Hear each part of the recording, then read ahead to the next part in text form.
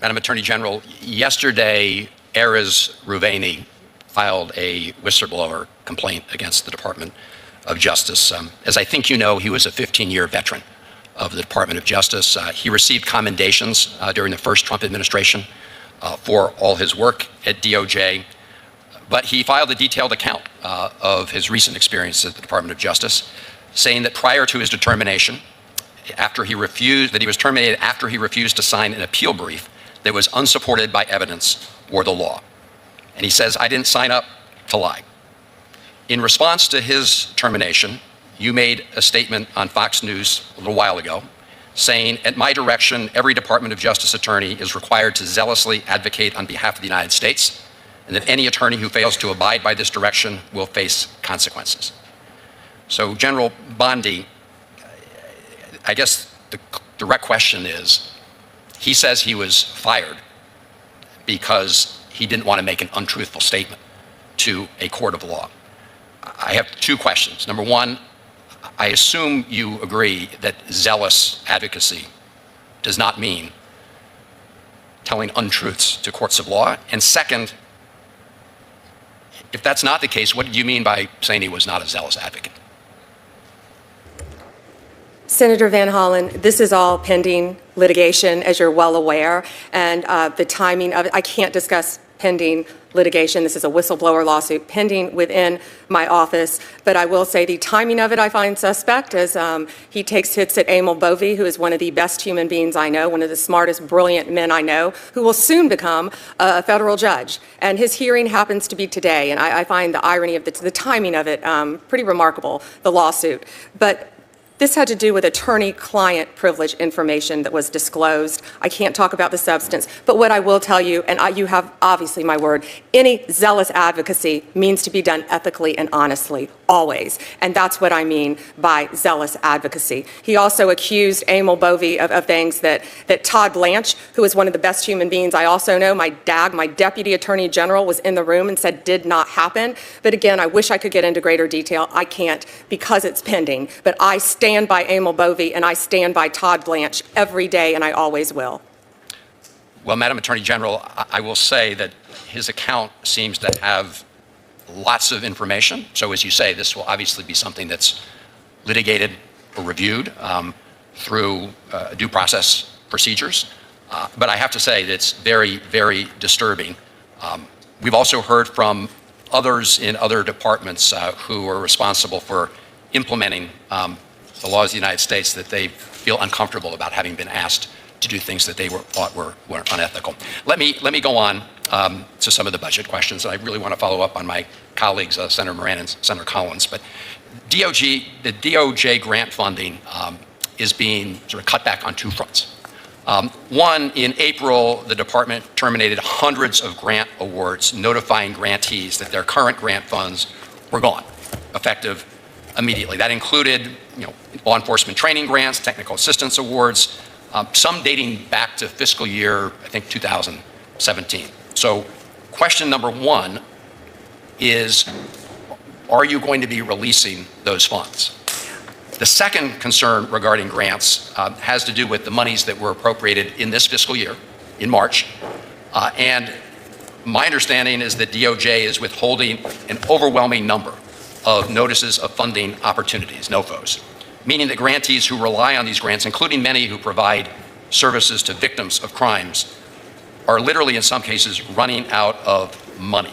For example, the department's biggest grant-making component, the Office of Justice Programs, has only posted one notice for fiscal year 25, NOFO notice. So if you could answer the question with respect to both those pieces. Sure, and that's a very valid question, Senator. The notices will be going out in coming weeks about the grants. And we did cut grants by 6%, and I'm here to tell every senator, if we did cut a grant that you care about that is specific to your state, please contact me. I've turned on grants that were cut off. So please, if that happens, there's an appeal process, but you can pick up the phone and you can call me, and I would be more than happy to look at that. I never want to take away a grant that is actually helping Americans, helping victims, helping law enforcement, and we're looking at it on a case-by-case basis, and many of those are being appealed already, but you have my word, we will look at all of those, absolutely. Thank you. And in terms of the other piece of the question, when the notices for information will go out, because the fiscal year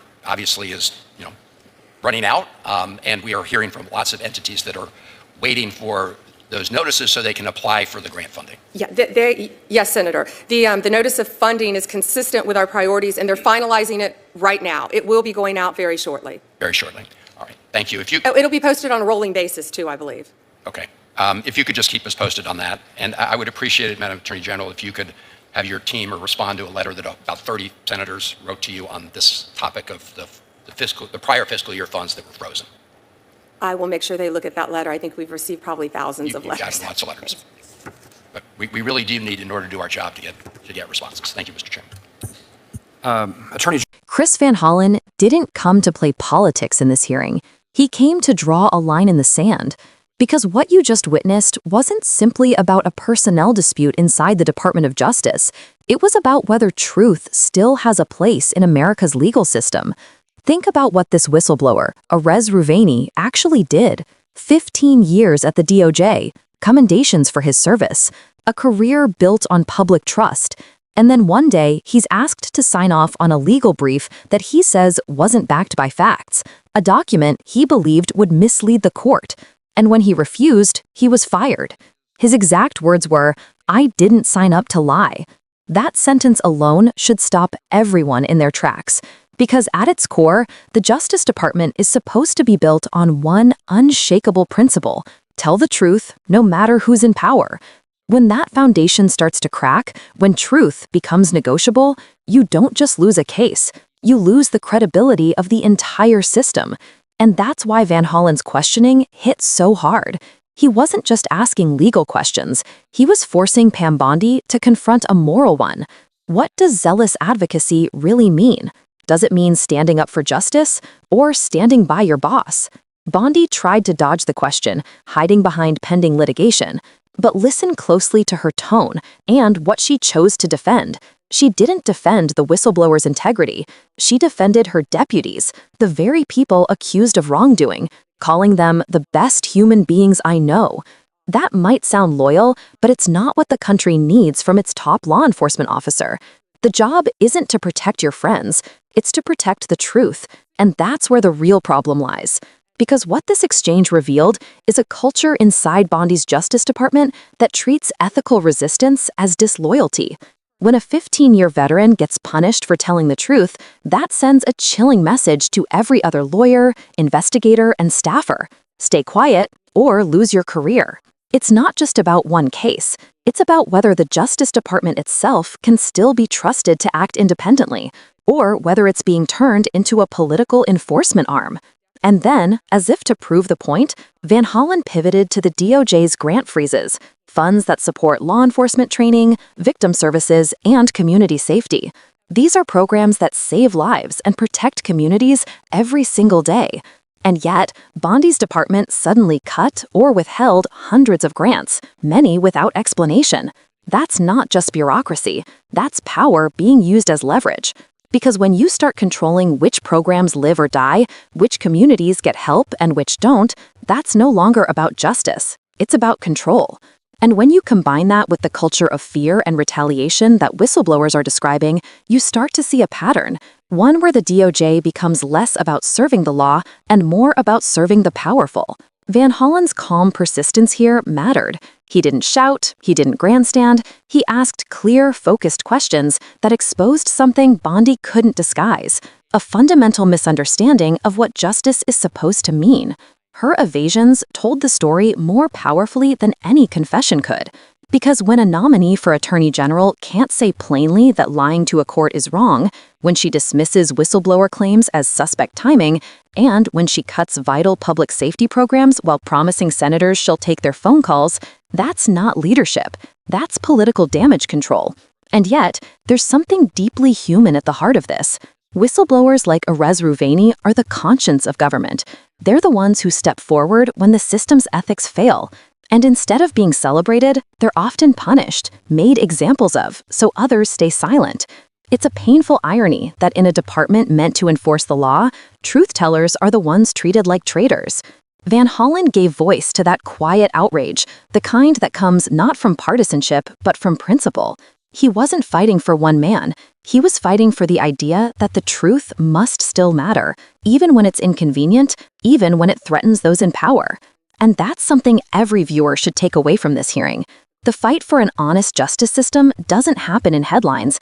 It happens in these moments, where senators demand answers, where whistleblowers refuse to lie, and where the people watching, you, decide to pay attention.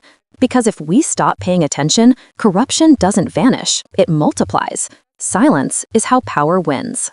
That's why hearings like this matter. That's why Van Hollen's questions cut so deep. And that's why it's not enough to watch. You've got to stay informed and keep demanding better. If you believe the Justice Department should answer to the truth, not to whoever's sitting in the Oval Office, make sure this story gets seen. Subscribe to Liberal Lens, share this video, and help keep real oversight alive. Because democracy only survives when people refuse to look away.